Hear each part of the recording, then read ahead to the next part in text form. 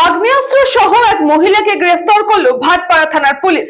ফেসবুকে আগ্নেয়াস্ত্র নিয়ে একটি ছবি পোস্ট করেছিল রিয়া সিং কর্মকার নামে এক মহিলা। সেই সূত্র ধরেই তার খোঁজ চালিয়ে ভাটপাড়া থানার এলাকার নারায়ণপুর শীতলতলা এলাকায় তার বাড়ি অভিযান চালিয়ে একটি ওয়ান শাটার ও একটি কার্তুজ উদ্ধার করেছে পুলিশ।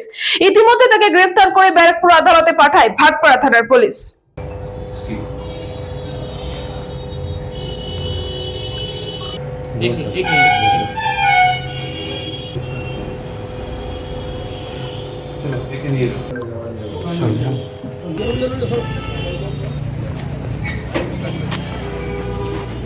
পিস্টল কোথা থেকে এনেছিলে? পিস্টলটা কোথা থেকে আসলো? St. Augustine's Day School, Barakpur.